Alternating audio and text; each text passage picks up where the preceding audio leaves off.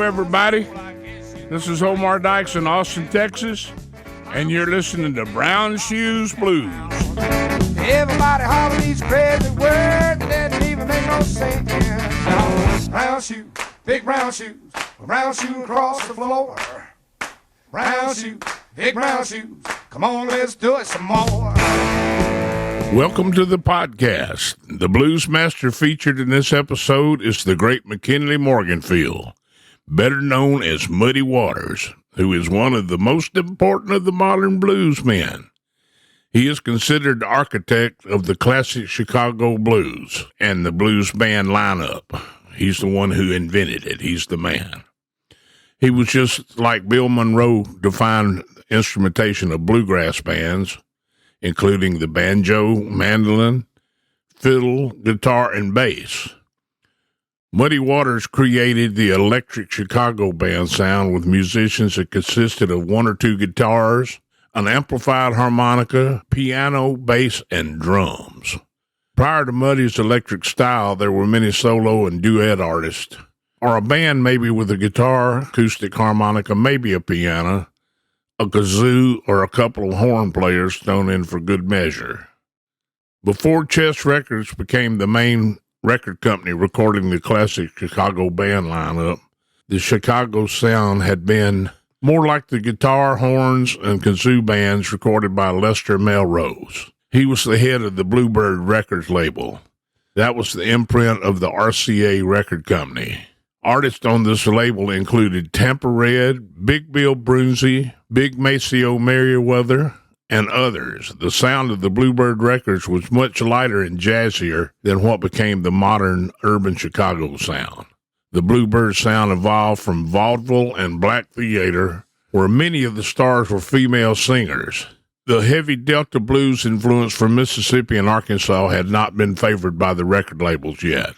This became a very important factor as time went on because Chicago had become a mecca of people pouring into the city from the Deep South. This was the result of the great migration movement of the black population, seeking employment and fleeing discrimination. The flow of migrants from the South missed their Delta-rooted music styles, and they longed for the sounds from back home. They wanted it to sound like the Delta. The clubs and juke joints of Chicago were much louder and noisier, and an acoustic guitar and harp were no longer a match competing with the din of sound. This is where Muddy Waters was significant in amplifying the Delta sound, presenting it to the down-home Southern audience in the city. This song is called I'm Wild About You, inspired by Muddy Waters from my release, Courts of Lulu. Hey,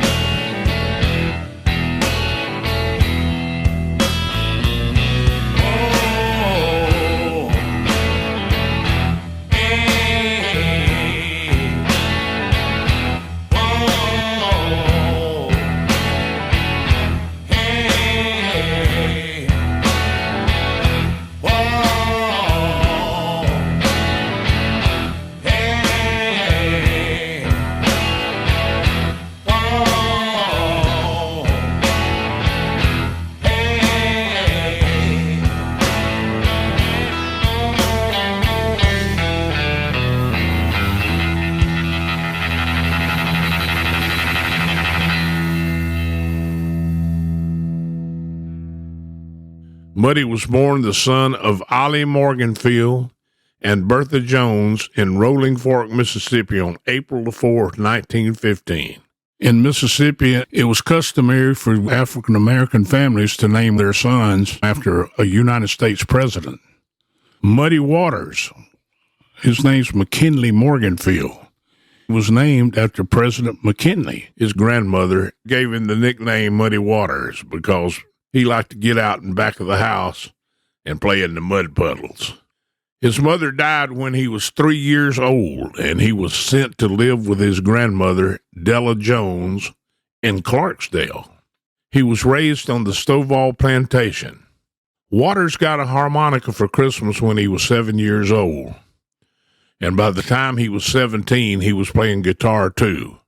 His guitar was a Stella that many rural people ordered from Sears and Roebuck out of Chicago. Cheap guitar, but that's what they get from the mail order company, and start playing at fish fries. He played at fish fries, country suppers, and juke joints around the community.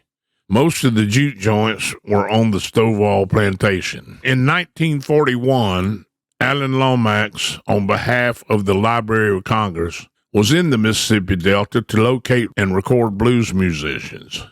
He recorded 2 songs by Muddy Waters and returned in 1942 and recorded 2 more. Later on, these songs were released on Testament Records as Down on Stovall Plantation. They were later reissued on Chess Records as Muddy Waters, The Complete Plantation Recordings. The real good stuff. 2 of Muddy's main musical influences in the Mississippi Delta were Eddie's son House and Robert Johnson. They both played bottleneck slide guitar style, although Muddy played closer to Johnson. I feel like he played closer to Johnson. In later years, Waters still had fond memories of Son House. Another person that also influenced Muddy Waters was Robert Nighthawk. He was only a few years older than Muddy, but he was getting around pretty good, and he was a heck of a slide player. He showed him some more about the bottleneck slide style. Muddy has always said that he learned to play guitar from his friend Scott Bohanna, I think is how you pronounce it, from Clarksdale. He was also influenced by Charlie Patton and Blind Lemon Jefferson. Muddy drove a tractor on the plantation to make a living, but he supplemented his income by turning his one-room country shack into a juke joint. That's what I'd have done. The cabin was located on the plantation, and all the workers were patrons. Waters sold moonshine that he made and conducted gambling events and had musical performances nightly. Sometimes Muddy performed himself. He also brought in players from Helena, Arkansas, included Sonny Boy Williamson, Rice Miller, that's Sonny Boy too, and the great slide sensation Elmore James.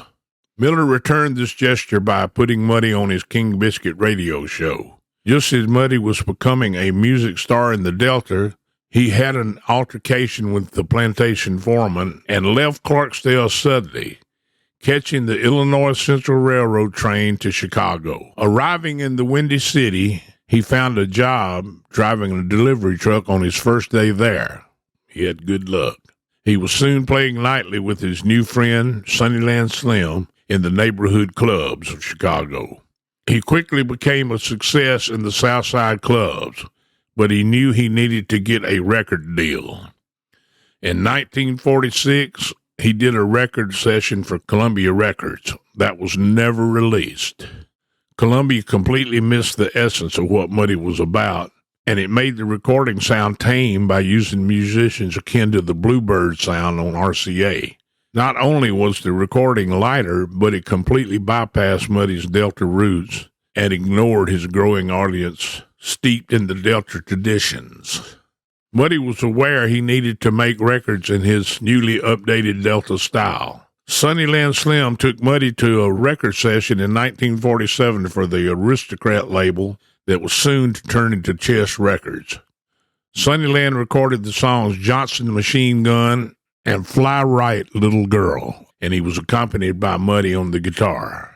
Leonard Chess then asked Waters to record playing just his amplified slide guitar, with Ernest Big Crawford on upright bass. Crawford was Memphis Slim's bass player and was a perfect foil for Muddy Waters' sound. Waters recorded 2 of his own songs, Little Annie Mae and Gypsy Woman. Ooh, I love both of those, especially Gypsy Woman. Leonard Chess was unimpressed with these recordings and put them on hold, thinking to himself that no one was interested in the old-style Delta blues. Think again. The next year, Chess let Muddy return to the studio and recorded 2 more of his original songs, I Can't Be Satisfied and Feel Like Going Home. Both were updates he had recorded years before back in Mississippi. It wasn't long before the Chicago record companies realized there was a market for this Delta-infused music and started to record the Delta-influenced musicians. Those guys were the ones that were happening. It was getting big in Chicago. They wanted to go to juke joints and clubs and hear their music. One of the first labels to use insight to this revelation was Chess Records, then called Aristocrat. When they recorded Muddy Waters singing and playing his amplified slide with Big Crawford on the upright bass, they knew what they were doing. They were headed that way.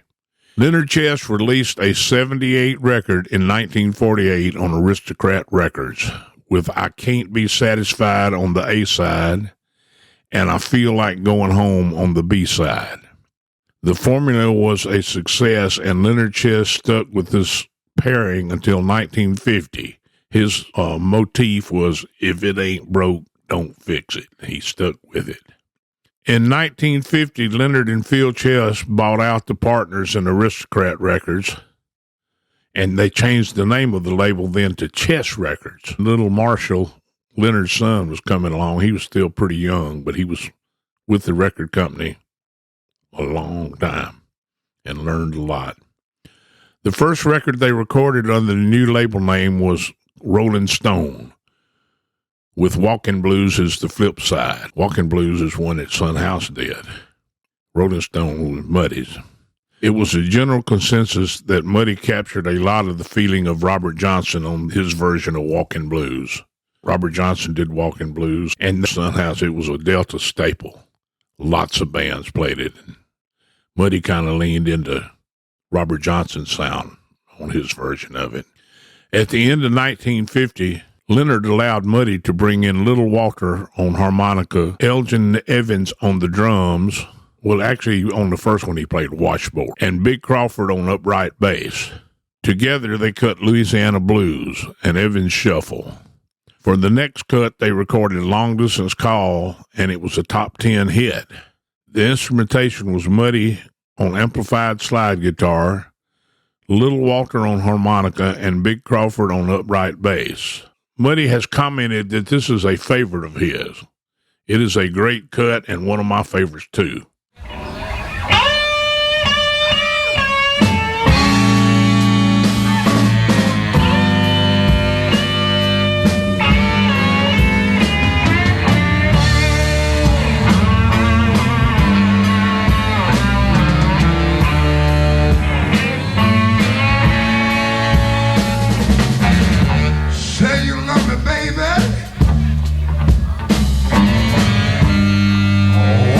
You call me on the phone sometime.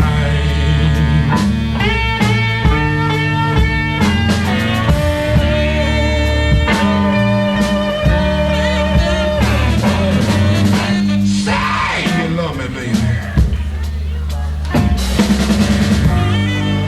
Why don't you call me on the phone sometime?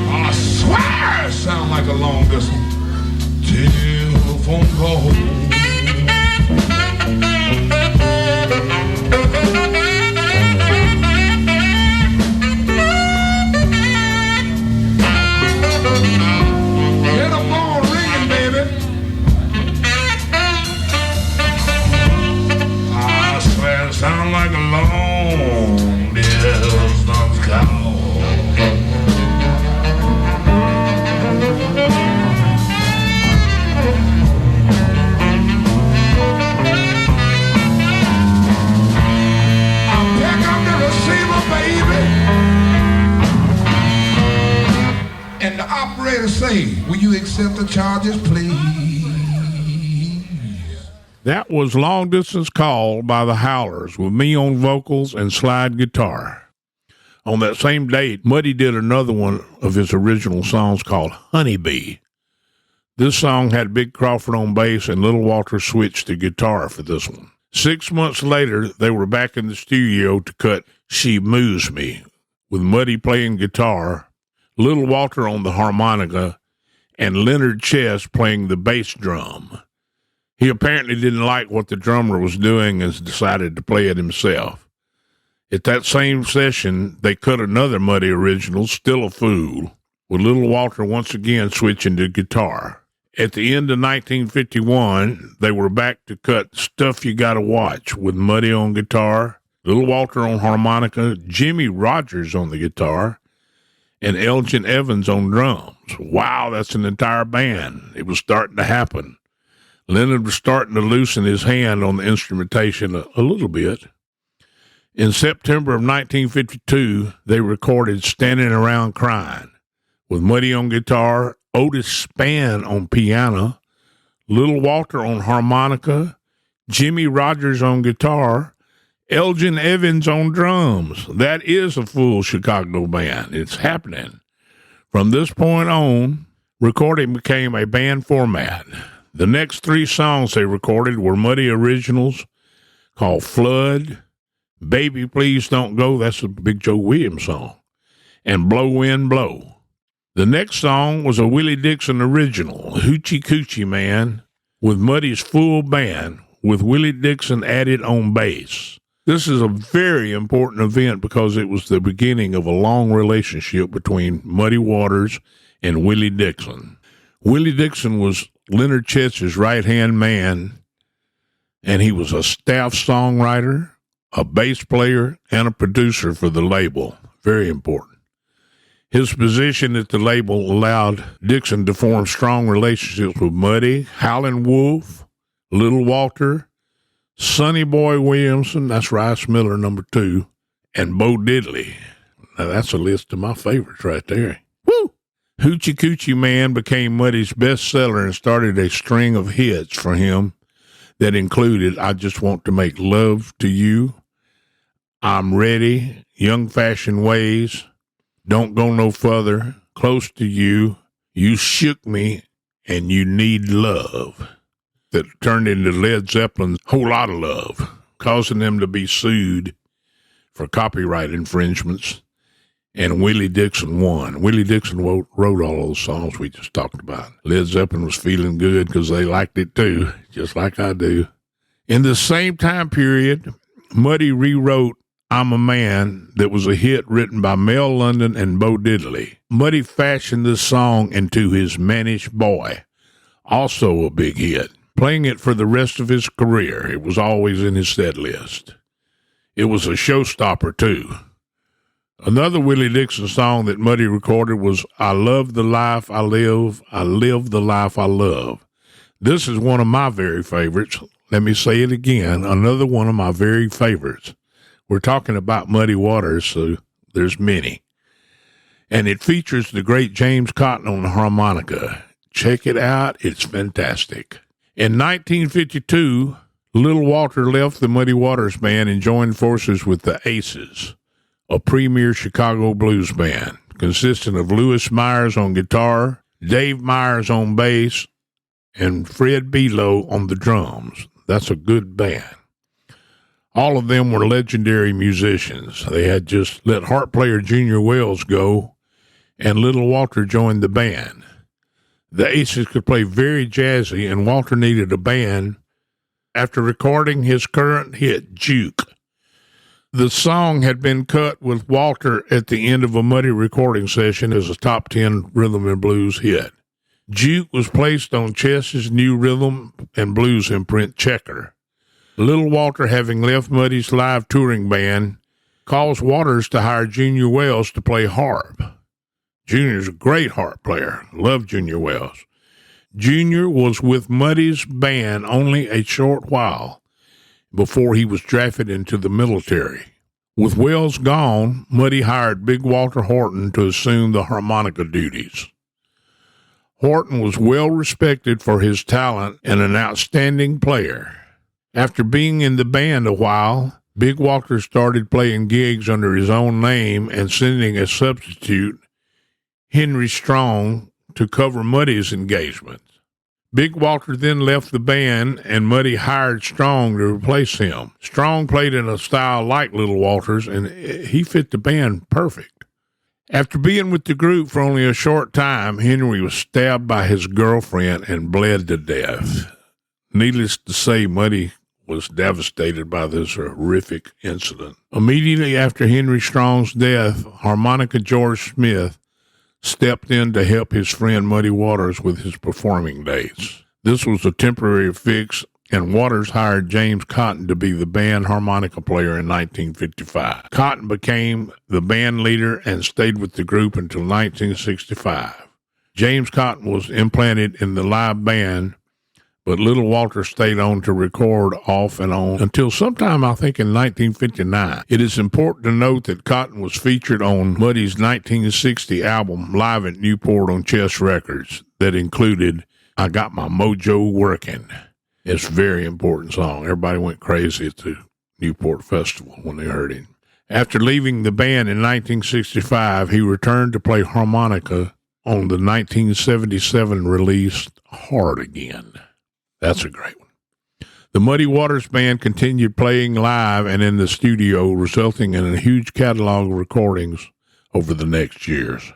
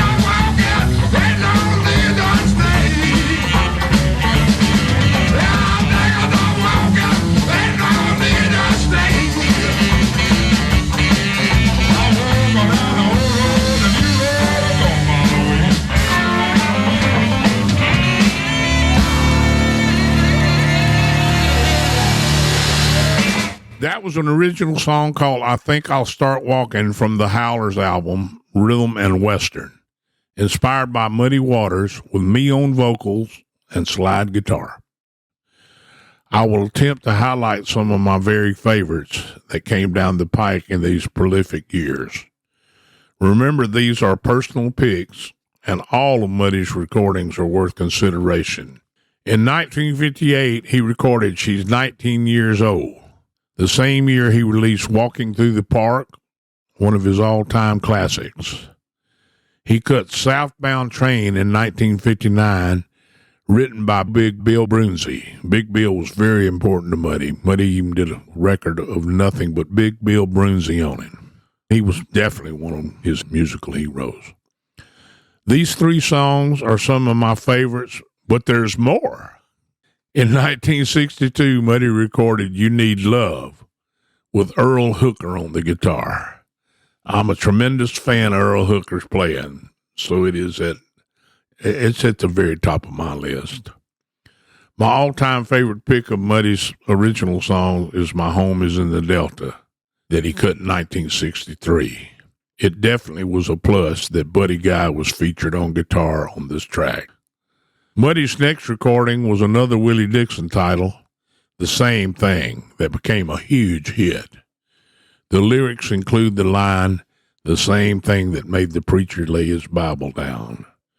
Very potent and provocative lyrics. The Same Thing is the last of my picks that the great Otis Spann played piano on. He turned the piano bench over to Pinetop Perkins in 1969 and left the Waters Band to pursue a solo career. Sadly, his attempt to go solo was cut short when he died of cancer in 1970. He was an institution playing with Waters for many years. Muddy always claimed that Spann was his brother because he thought so much of him.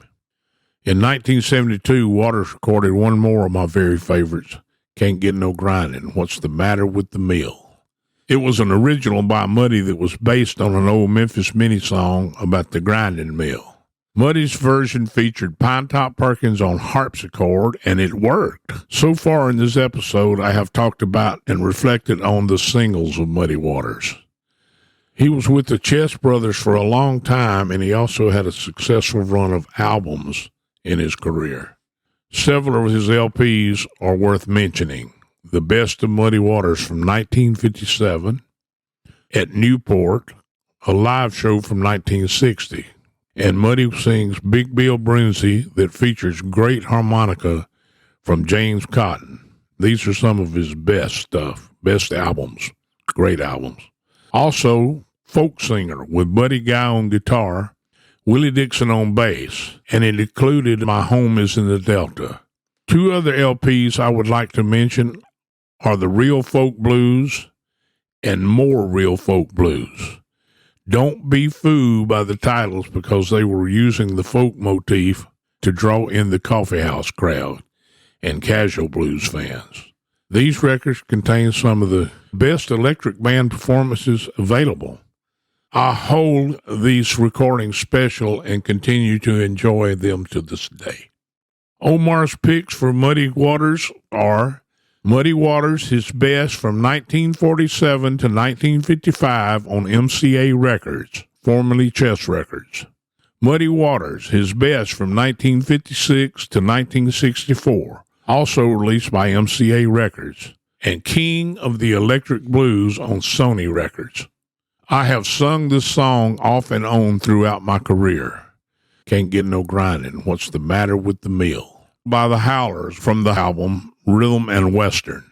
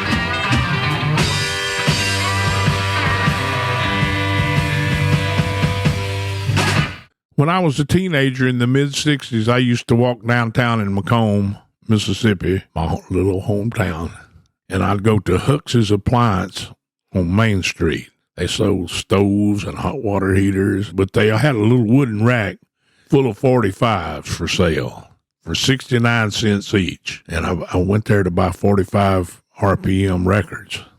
One day I noticed they had some surprise boxes of 45s for $1. Each box had 10 45s in it. I've always been a sucker for a bargain, so I decided to buy a box to see what I would get. The first box I bought, I hit pay dirt. There was a Jimmy Reed, a John Lee Hooker, 2 Muddy Waters, and the rest were Barbra Streisand, Tony Bennett, and Frank Sinatra, who I wasn't into at the time. The first box was good enough to entice me to go back every few weeks to buy another. I built up a pretty good blues 45 collection since there seemed to be more blues records than other stuff. I always found a way to follow the blues. Another little funny thing about buying those boxes is over about a year and a half time, there was always some Muddy in it, a couple, sometimes 3 Muddies, and I wound up with like 5 copies of Hoochie Coochie Man. I'd rather have 5 copies of that than a lot of other stuff. There was always some chess stuff in it. Johnny B. Good by Chuck Berry. There was some Sonny Boy Williamson. Then it switched over to VJ Records and had a good bit of Jimmy Reed. I loved it. At the same time, I was into the British invasion bands, especially the ones that leaned into the blues. I found out the Rolling Stones got their name from an early Muddy Waters song we talked about earlier called Rolling Stone. Other British invasion artists who were influenced by Muddy Waters were Eric Clapton, Jimmy Page, and Jeff Beck. In the last few episodes about the Blues Masters, I have mentioned the British invasion bands and the influences on American blues artists. The reason it is so important is because the British bands had a young American audience who were not particularly listening to blues. The British invasion opened up the opportunity for young people in the U.S. to be into the blues by feeding it back to us. From England back to the U.S. It came from the U.S., it went to England, and they sent it right back to us. When I started researching Muddy, I realized it was exhaustive and too much information for one episode. For this reason, I have divided Muddy into 2 episodes of his early career and his later career. After all, ladies and gentlemen, we're talking about the king of Chicago blues, Muddy Waters. And he said it best. The blues had a baby, and they named it rock and roll. It spread all over the world, and so did he. Thank you for listening and for your support of this podcast. The next episode will be Muddy Waters' later career years. Be sure to tune in. Visit OmarandtheHowlers.com for more information. Brown shoe, big brown shoe across the floor. Brown shoe, big brown shoe. Come on, let's do it some more.